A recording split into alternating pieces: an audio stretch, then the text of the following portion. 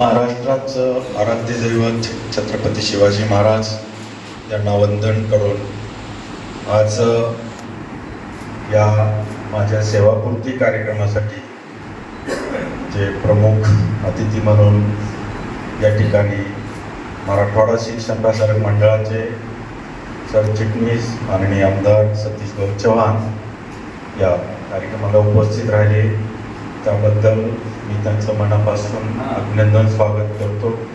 त्यानंतर या ठिकाणी या दत्ताबा पाटील स्थानिक कमिटीचे आपले चेअरमन उपस्थित आहेत, त्याचबरोबर डॉक्टर नरेंद्र काळेसाहेब, अमरभैया देशमुख, त्याचबरोबर या ठिकाणी गोविंदभैया देशमुख, मोरे साहेब आहेत, काश्मीर सराय, सतीश नाना, दुसरे आमचे नाना लोकटे, त्याचबरोबर हुसेन भैया, चाचा, जेवढ्यांची नावं घ्या तेवढं कमी आहे.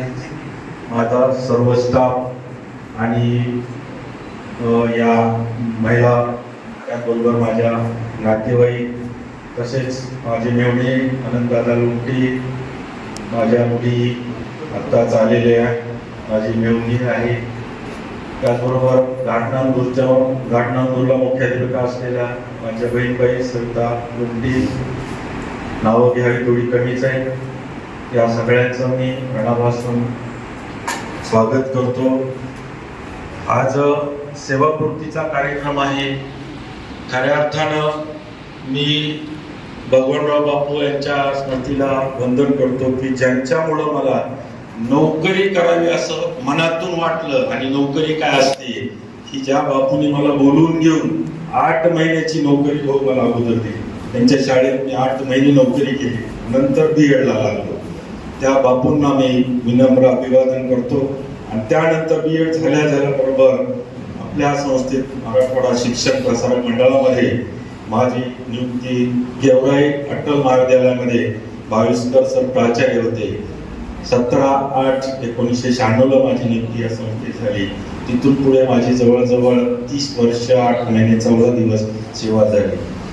भाऊ, मी कर्मचारी आहे, प्रामाणिकपणे काम करण्याचा कुठेही गेलो तरी प्रयत्न करतो. गेवराईच्या लोकांना विचारलं तरी सांगते, बरडीला हे विचारलं तरी ते सांगते. मी 3च ठिकाणी या 30 वर्षाच्या काळामध्ये मी सेवा केलेली आहे. परंतु एखादा प्रसंग असा घडतो की त्या ठिकाणी थोडस नाव ठेवलं जातं किंवा काही, परंतु बाकीचे जर सगळ्या गोष्टी आपण बघितल्या की मी सांगायची गरज नाही, मान्य मॅडम सगळ्यांनी यांनी सांगितलेलंच आहे. बहुत या 30 वर्षाच्या काळामध्ये मी महाविद्यालयात सेवा करत असताना बऱ्याचशा चांगल्या गोष्टी या ठिकाणी मी शिकलो. दुसरी गोष्ट म्हणजे मला ज्या वेळेस या महाविद्यालयामध्ये काम करत असताना बरेचसे प्राचार्य लाभले, काही प्राचार्यांचे मतभेद होते, परंतु त्यांनी सांगितलेली प्रत्येक जबाबदारी मी या ठिकाणी स्वीकारली. घरचं महाविद्यालय म्हणून या ठिकाणी मी काम केलेलं आहे. या महाविद्यालयात शिरसाट सर ज्यावेळेस प्राचार्य म्हणून या महाविद्यालयामध्ये आले त्यावेळेस मी त्यांच्याकडून खूप चांगल्या गोष्टी बघू शकलो.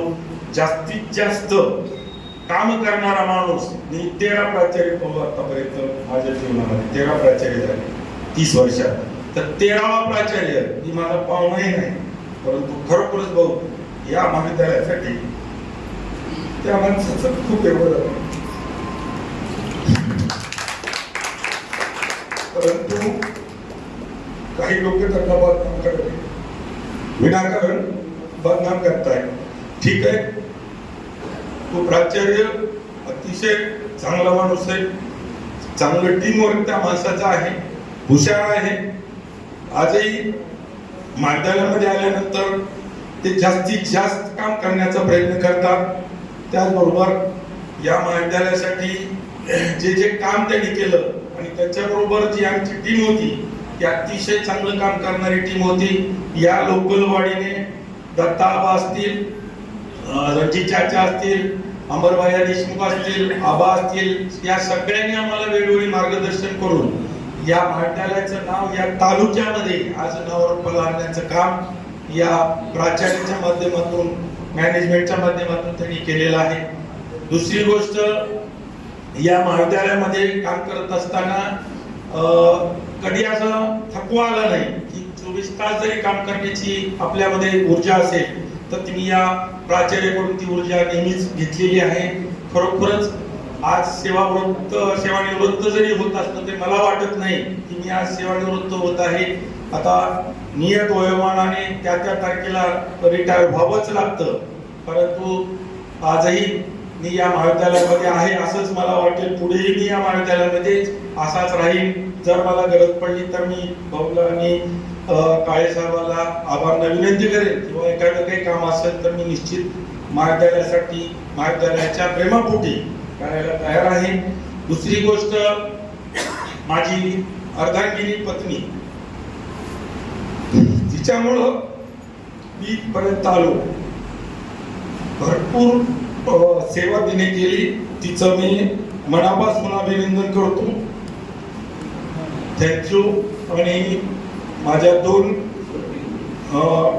की ज्या गोंडस कन्या, मला दोनच मुली भाऊ, त्याही मला नेहमीच जीवनामध्ये मार्गदर्शन करत आलेले आहेत. मुली असून सुद्धा मला सांगतात पप्पा असं करा, पप्पा तसं करा. सगळ्या गोष्टी त्यांच्याकडूनही मी शिकलो. भरपूर सहकार्य त्यांनी केलं. त्याचबरोबर माझ्या सासूबाई इथं आलेली आहेत, मेवण्यांचे मिसेस आहेत, श्रद्धावानी आहे, पितपुताई आलेली आहे. हे सगळे आलेले आहेत. हे माझ्यावर प्रेम करणारे प्रचंड माणसं या ठिकाणी आहेत. फक्त थोडा कार्यक्रम लवकर असल्यामुळे लांबची मंडळी आणखी आलेली नाही. भाऊ, या महाविद्यालयामध्ये माझी विनंती तुम्हाला, काही करा, फक्त इथलं राजकारण जे आहे ते थोडंसं बदलायला पाहिजे.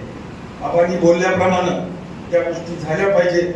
आणि जे महाविद्यालय आणखीन प्रगतीवर जर न्यायचं असेल तर शिक्षक सारखा प्राचार्य या महाविद्यालयाला भविष्यात मिळणे नाही अशी मी तुम्हाला विनंती करतो.